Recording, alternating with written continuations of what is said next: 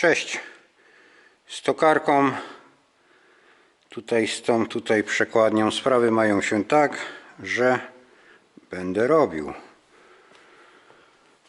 Książki moje z biblioteczki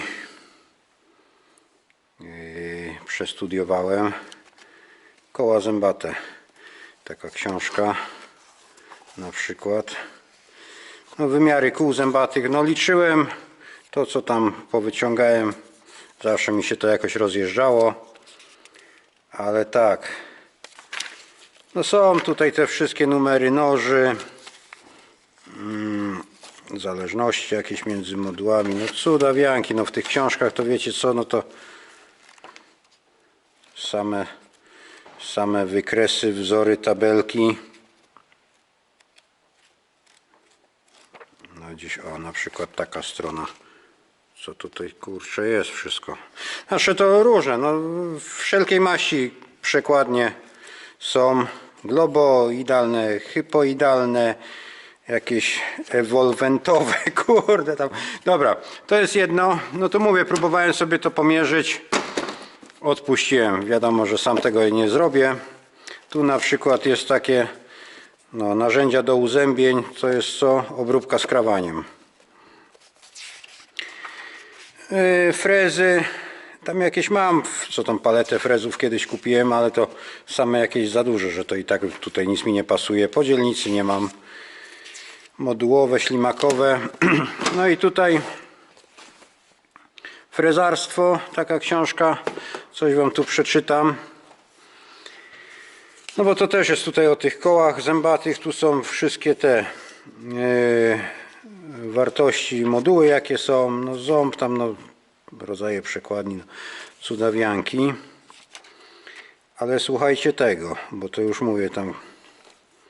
Nie wszystko w ten sposób jest pisane. Niektóre rzeczy rozumiem, ale to mówię, no. Ja ślusarzem po szkole nie byłem, nie jestem. I to jest, mówię tak, tylko z ciekawości sobie to czytam. Suwmiarka do mierzenia tutaj kół zębatych. Tam pewnie kojarzycie, przynajmniej niektórzy, że to taka, wiecie, na dwie strony jest ten. Przeczytam wam o tym, jak to się robi. Dla ułatwienia pomiaru grubości zęba w punktach A i B służy pionowa przesuwka, którą należy uprzednio ustawić na wymiar X. Przy czym wzór jest podany: X równa się Hg razy A równa się M razy A milimetrów. We wzorze tym współczynnik A jest większy od jedności, ponieważ wymiar łuku X jest większy od wysokości głowy zęba o długość strzałki łuku, który odcina cięciwa odpowiadająca grubości zęba na kole podziałowym. Sprawdzony wymiar Y odpowiada grubości zęba, lecz nie jest jej równy, gdyż wymiar ten jest równy długości wspomnianej wyżej cięciwy, podczas gdy grubość zęba równa jest długości łuku koła podziałowego między punktami A i B. Wymiar Y obliczamy ze wzoru Y równa się M razy B milimetrów. No. I tyle w temacie. Od razu mądrzejszy jestem. Teraz tak. Tokarka, kurczę, nie widzę co tu pokazuje. Kamerę bym musiał ściągnąć. Dobra, ściągnę z głowy. Odepnę tylko tę opaskę i jedziemy dalej. Z racji tego, że tokarka dość poważnym uszkodzeniom uległa, no to i z tym się wiążą poważne koszty. Ogłoszenie parafialne do sprzedania, do wyboru. 3 takie kosy pod kaszarki FS 38 albo jedna jest 45 do wyboru. Za sztukę 480 zł chcę. To są praktycznie leżaki u mnie magazynowe. Zobaczcie, jak to tu w środku pod spodem wygląda. Ja wiecie, takich małych popierdółek nie używam. Żona to w ten kiedyś, no jedno tam, no różne są ten. Wszystko jako nowe w sztilu zakupione. Tu zobaczcie sobie, jak to wygląda osłona, no pordzewiała. Głowica jakaś Autocut czy Cat wszystkie odpalone dzisiaj były, z piwnicy wyniesione, poodpalane. Wszystko działa.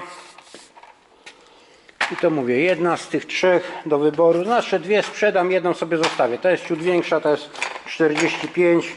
Ale zobaczcie, to jest wszystko tutaj, kurczę. W środku to czyściutkie, nowiutkie. Paliwa trochę wlaliśmy, bo tam nie było. Odpaliłem. I to, no i piłę też taką mam. To jest MS 250.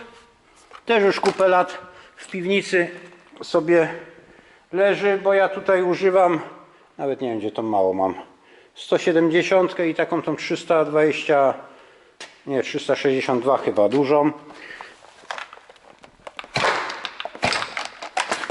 Sprężanie jeszcze na porządne.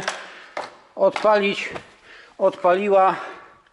Łańcuch akurat jest do niej nowy założony, że to tak powiem, łańcuch ktoś by miał w gratisie. Za piłę nie wiem ile taką używaną, to jakby ktoś reflektował, to złóżcie jakąś rozsądną propozycję czy ofertę. A ty to mówię, 480 zł za sztukę, tam do niewielkiej negocjacji.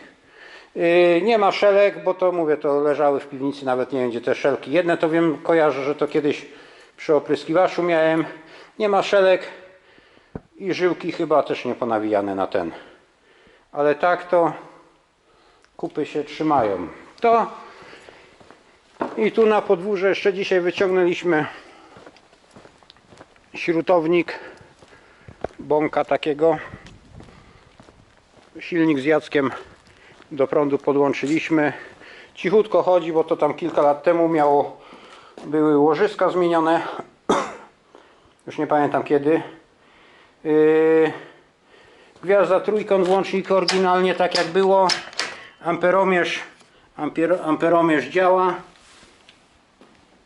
Silnik, no czekajcie go, tu kable będą szurać po tym, ale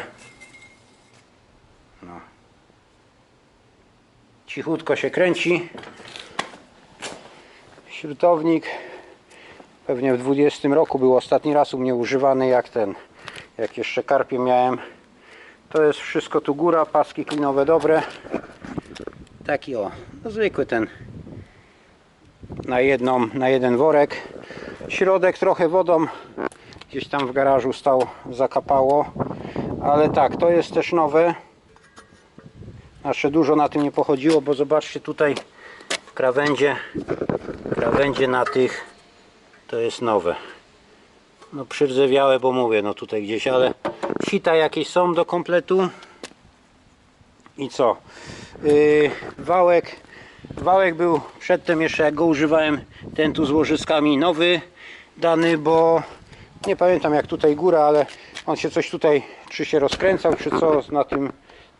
No i to cały ten środek, te bijaki, to też było wszystko nowe dane. Cichutko chodzi. I też nie wiem ile takie śrutowniki z silnikiem kosztują. Silnik jest chyba, nie pamiętam, 10 czy 11 kW przy takim śrutowniku. No tu jest tabliczka, tylko co ja tu zobaczę.